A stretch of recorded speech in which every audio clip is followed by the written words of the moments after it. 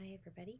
I'm going to start labeling these Harry Potter Read Aloud videos by number so that you guys can find them easily when you want to continue watching them.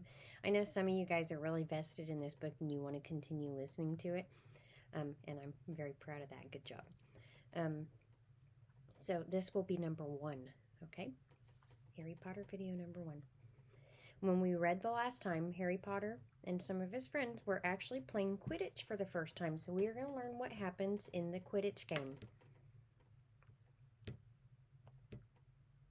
Madam Hooch spoke angrily to Flint and then ordered a free shot at the goalpost for Gryffindor, but in all the confusion, the golden snitch had disappeared from sight again. Down in the stands, Dean Thomas was yelling, "Send him off, ref! Red card!" "What are you talking about, Dean?" said Ron. "Red card!" said Dean furiously. "In soccer, you get shown red card and you're out of the game." "But this isn't soccer, Dean," Ron reminded him. Hagrid, however, was on Dean's side. "They ought to change the rules. Flint could have knocked Harry out of the air."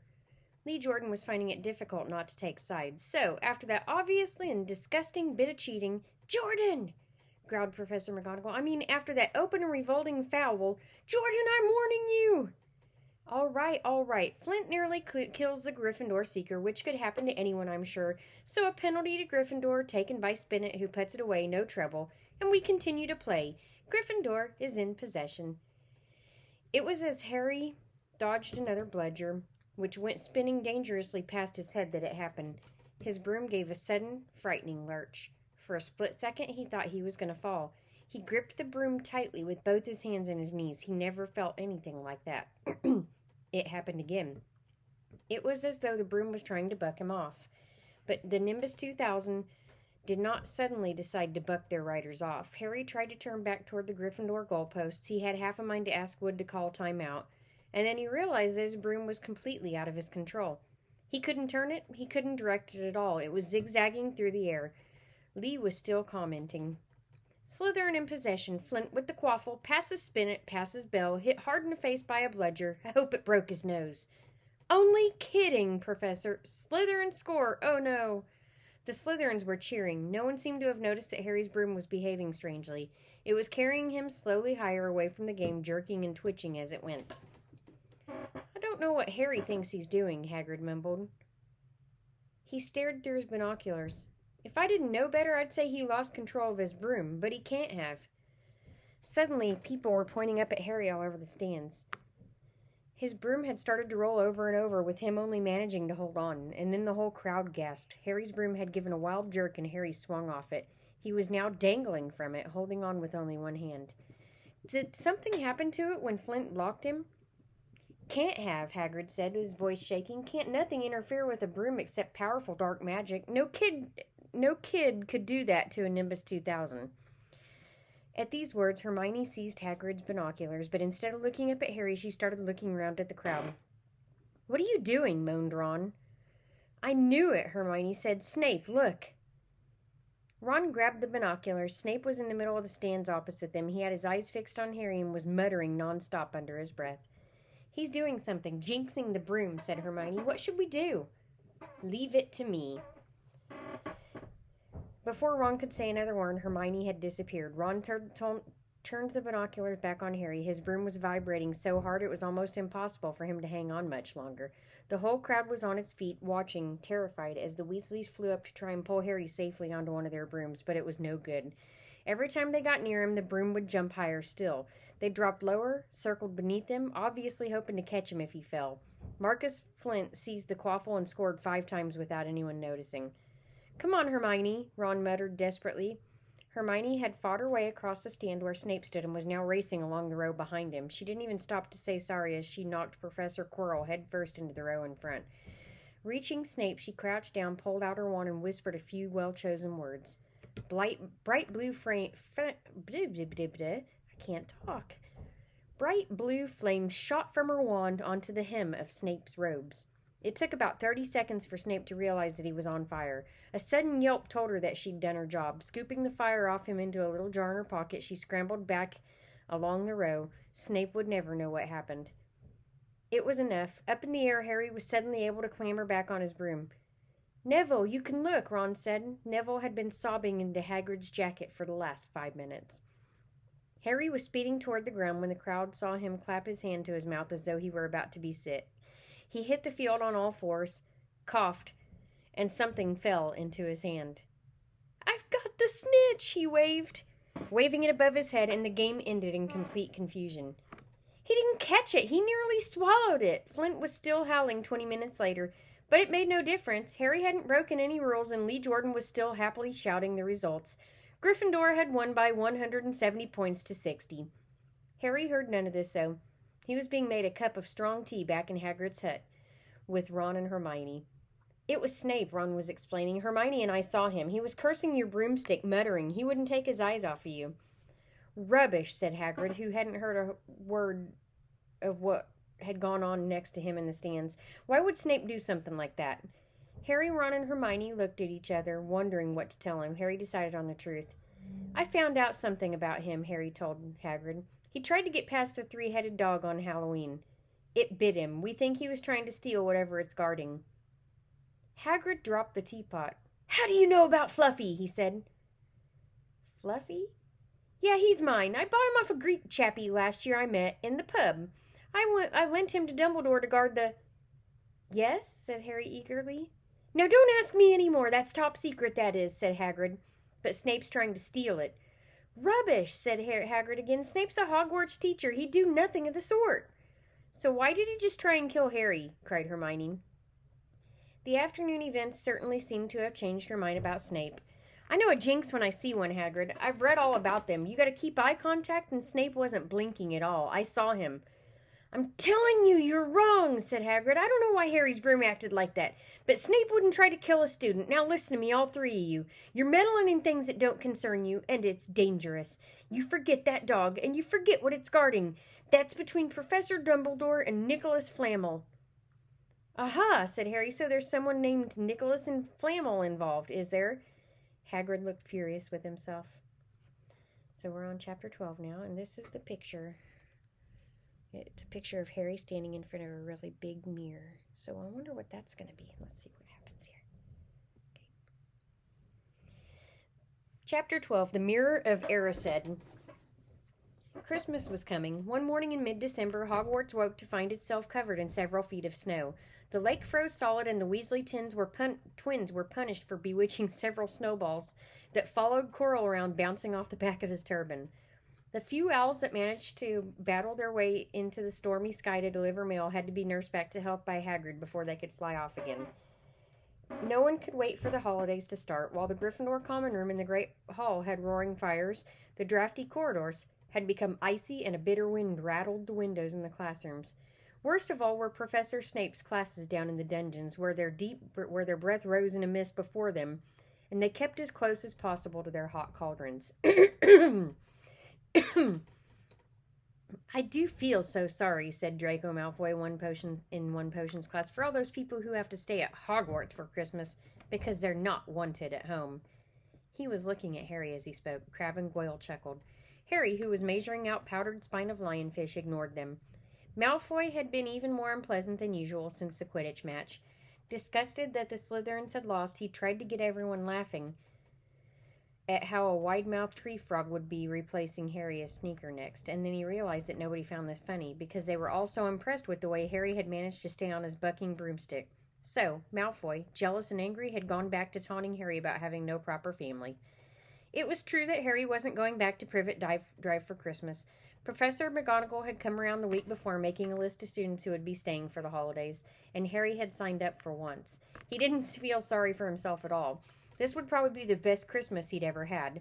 Ron and his brothers were staying too, because Mr. and Mrs. Weasley were going to Romania to visit Charlie. When they left the dungeons at the end of potions, they found a large fir tree blocking the corridor ahead. 2 enormous feet sticking out the bottom, and a loud puffing sound told them that Hagrid was behind it. "Hi, Hagrid. Want any help?" Ron asked, sticking his head through the branches. "Nah, I'm all right. Thanks, Ron." "Would you mind moving out of the way?" came Malfoy's cold drawl from behind them. "Are you trying to earn some extra money, Weasley? Hoping to be a groundkeeper yourself when you leave Hogwarts, I suppose? That hut of Hagrid's must seem like a palace compared to what your family's used to." Ron dived at Malfoy just as Snape came up the stairs. Weasley! Ron let go of the front of Malfoy's robes. He was provoked, Professor Snake, said Hagrid, sticking his hairy, huge face out from behind the toy. Malfoy was insulting his family. Be that as it may, fighting is against Hogwarts rules, Hagrid. 5 points from Gryffindor, Weasley, and be grateful it isn't more. Move along, all of you. Malfoy, Crabbe, and Goyle pushed roughly past the tree, scattering needles everywhere and smirking. I'll get him, said Ron, grinding his teeth at Malfoy's back. One of these days, I'll get him. I hate them both, said Harry, Malfoy and Snape. Come on, cheer up. It's nearly Christmas, said Hagrid. Tell you what, come with me to the Great Hall. It looks a treat. So the three of them followed Hagrid and his tree off to the Great Hall, where Professor McGonagall and Professor Flitwick were busy with the Christmas decorations. Ah, Hagrid, the tree at last. Put it in the far corner, would you? The hall looked spectacular.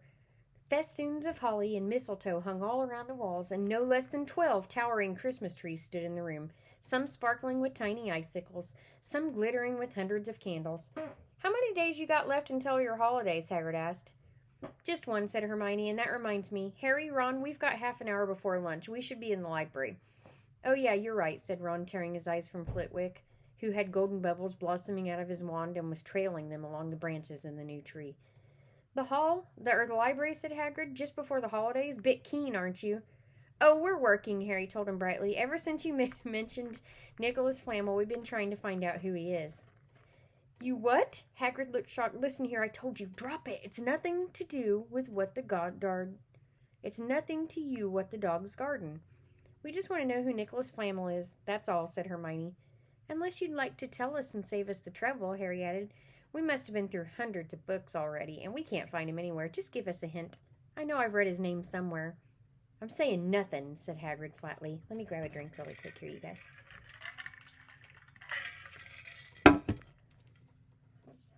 We have to find out for ourselves then, said Ron, and they left Hagrid looking disgruntled and hurried off to the library. They had indeed been searching books for Flamel's name ever since Hagrid had let it slip, because how else were they going to find out what Snape was trying to steal? The trouble was it was very hard to know where to begin, not knowing what Flamel might have done to get himself in a book. He wasn't in great wizards of the 20th century or notable magical names of our time. He was missing, too, from important modern magical discoveries and a study of recent developments in wizardry. And then, of course, there was sheer size of the library, tens of thousands of books, thousands of shelves, hundreds of narrow rows. Hermione took out a list of subjects and titles she had decided to search, while Ron strode off down a row of books and started pulling them off the shelves at random. Harry wandered over to the restricted section. He'd been wondering for a while if Flamel wasn't in there somewhere. Unfortunately, you need a specially signed note from one of the teachers to look at any of the restricted books, and he knew he'd never get one. These were the books containing powerful dark magic never taught at Hogwarts, only read by older students studying advanced defense against the dark arts. What are you looking for, boy? Nothing, said Harry. Madam Pince, the librarian, brandished a feather duster at him. You better get out then. Go on, out. Wishing he'd been a bit quicker at the thinking of some story, Harry left the library. He, Ron, and Hermione had agreed they'd better not ask Madam Pince where they could find Flamel. They were sure she'd be able to tell them, but they couldn't risk Snape hearing what they were up to. Harry waited outside in the corridor to see if the other two had found anything, but he wasn't hopeful. They'd been looking for 2 weeks after all, but as they only had odd moments between lessons, it wasn't surprising they'd found nothing. What they really needed was a nice long search without Madam Pince breathing down their necks. 5 minutes later, Ron and Hermione joined him, shaking their heads. They went off to lunch. You will keep looking while I am away, won't you? Said Hermione, and send me an owl if you find anything. And you could ask your parents if they know who Flamel is, said Ron. It'd be safe for them. Very safe, since they're both dentists, said Hermione. Once the holidays had started, Ron and Harry were having too much of a good time to think about Flamel. They had the dormitory to themselves, and the common room was far emptier than usual, so they were able to get the good armchairs by the fire. They sat by the hour eating anything they could spear on a toasting fork, bread, English muffins, marshmallows, and plotting ways of getting Malfoy expelled, which was fun to talk about even if they wouldn't work. Ron also started teaching Harry wizard chess. This was exactly like Muggle chess, except for the figures were alive, which made it a lot like directing troops in battle. Ron's set was very old and battered. Like everything else he owned, it had once belonged to someone else in his family, in this case, his grandfather. However, old chessmen weren't a drawback at all. Ron knew them so well he never had any trouble getting them to do what he wanted. Harry played with chessmen Seamus Finnegan had lent him, and they didn't trust him at all. He wasn't a very good player yet, and they kept shouting different bits of advice at him, which was confusing. "Don't send me there! Can't you see his knight? Send him! We can afford to lose him!" On Christmas Eve, Harry went to bed looking forward to the next day for the food and the fun, but not expecting any presents at all. When he woke early in the morning, however, the first thing he saw was a small pile of packages at the foot of his bed. "Merry Christmas," said Ron sleepily as Harry scrambled out of his bed and pulled on his bathrobe. "You too," said Harry. "Will you look at this? I got some presents." "What did you expect, turnips?" said Ron, turning to his own pile, which was a lot bigger than Harry's. Harry picked up the top parcel. It was wrapped in thick brown paper and scrawled across, "To Harry from Hagrid." Inside was a roughly cut wooden flute. Hagrid had obviously whittled it himself. Harry blew it, and it sounded a bit like an owl. A second very small parcel contained a note. "We received your message and enclose your Christmas present from Uncle Vernon and Aunt Petunia." Taped to the note was a 50-cent piece. "That's friendly," said Harry. Ron was fascinated by the 50 pence. "Weird," he said. "What a shape. This is money." "You can keep it," said Harry, laughing at how pleased Ron was. "Hagrid and my aunt and uncle. So who sent these?" "I think I know who that one's from," said Ron, turning a bit pink and pointing to a very lumpy parcel. "My mum. I told her you didn't expect any presents and—" "Oh no," he groaned. "She's made you a Weasley sweater." Harry had torn open the parcel to find a thick, hand-knitted sweater in emerald green and a large box of homemade fudge. "Every year she makes us a sweater," said Ron, unwrapping his own, "and mine's always maroon." "That's really nice of her," said Harry, trying the fudge, which was very tasty. And I'm going to stop this video here, and then we're going to go on to number 2, okay?